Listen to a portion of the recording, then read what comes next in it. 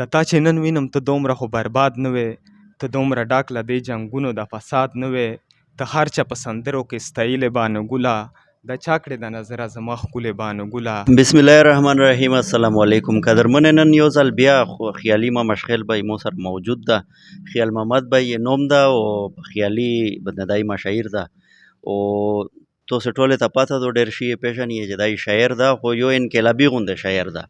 د دور حاضر چې څومره حالات دي په دا باندې دی اکثر موږ یې ویني ګوري چې دی په دا باندې خبرې اترې کوي. نو به هر حال نن بیا مو د ملاقات شوه ده، دا زه خپل ځوان اعزاز یې شمېره او باقي دا چې اسوینن ځنې وروي چې د ته شاعر وړي دي. خیالي بھائی السلام علیکم. وعلیکم سلام شکور بھائی، الله دې ډېر عزتمند کړه یاره، ډېر فخر محسوسوو چې ټیم دې راکړو تو سره نوس یې موږ مشران وسته او بس داسې عجیبه غوندې حالات راغلي دي. د بني ګل په حالات مې یو نظم لیکلی ده، امید ده چې ملګري یې خوښ شي. د نظم عنوان ده چې دا چا کړې د نظره زما ښکلې بانه ګله، د تا چې نن وینم ته دومره خو برباد نه وې، ته دومره ډاک له دې جنګونو د فساد نه وې، ته هر چا په سندرو کې ستایلې بانه ګله، د چا کړې د نظره زما ښکلې بانه ګله. خو بانې دا چې ته خو بلها ښکلې وې، ته د ښایستونو ښار وې، تا کې ازغي چرته او ته د سرو ګلونو ښار وې، ته د خوښۍ ښار وې او ته د محفلونو ښار وې، ته د مرهم مرهم مرهم د خوږو زړونو ښار وې، او ته هر چا په زړه پورې نیولې بانه ګله، د چا کړې د نظره زما ښکلې بانه ګله. دویم بنده شکور بھائی چې په تا کې دومره د ځوانانو جنازې چرته وې، په تا کې امن ډېر و دومره د مکې چرته وې، په تا کې مینه محبت و دا لانجې چرته وې، او زمونږ خویندې میندې دومره بې اسرې چرته وې، او دا چا په سرو ورونو وسېزلې بانه ګله، د هر چا په سندرو کې ستایلې بانه ګله، دا چا کړې د نظره زما ښکلې بانه ګله.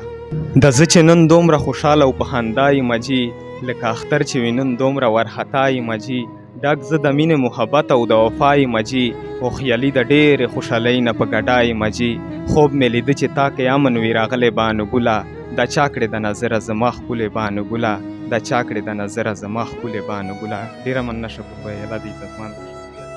ماشاءالله جزاک الله. بس جاوید چې خوب مې لیده چې تا کې امن وي راغلی بانو ګله، بس الله دا تو خیب رښتینه کو او مو ته د آخري مصرې ماشاءالله ډېر خوند وکړو او الله پاک ته دغه خیب رښتیا کو، الله پاک ته زر نظر رښتیا کو چې زر نظر مې وویني په خپلې سترګې چې امن روغی او خوشحالي روغله او رورولي روغله، او دغه امن قدرمنې او د خوشحالي او د رورولي دغه مو ته ایس لکه ذهن ته کله کله سړي ته اچانک خبره ورشي. ګوره دا دغه سره تعلق نه لري چې یا د بمینه نه ډازې شي یا د مړي نه کېږي یا د تشی نه کېږي تشی دا نه کېږي، اخو په ظاهره یوه مطلقاً بدامني دو، خو لکه میشتو زه په خپل ځونه چې سوچ وکړو کنه چې آیا زه په خپل زړه شي امن لرم د خپل گاونډي دی پوره، د خپل ځای وریر دی پوره، د خپل کلیوال دی پوره، د خپل علاقې وول دی پوره،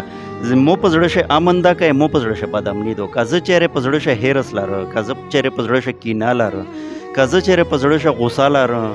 دایمي بغض لره او دایمي غوسه لره، یو سړی په مو باندې اسې بد لګېږي او زه ښه نه وته غواړم زه که یایو تکنده بدای مو په زړه شي بدامني شته دو. نو د بدامني لرې کولو دپاره په چار دا دو چې موږ خپلې د زړه اپریشن وکړو اول او دا اپریشن وی په ډاکټر نه کوي، دا وی میشتو سه په خپلې کوشش سره کوي، په خپل تربیت سره وی کوي، د علماوی سره کښېني زده کړه ځنې کوي چې یاره په دا باندې الله پاک سمره پکړ کوي او سمره په دا باندې عذاب ورکوي او چې کله دغه شی د ځان نه وباسې په باندې الله پاک سمره ښه شي. باقي بس خیالي بھائی الله دا تو په دانا تره کې چشتان کو او میشته دا وکړو میشوا دا وته کوي. ډېره مهرباني شکریه.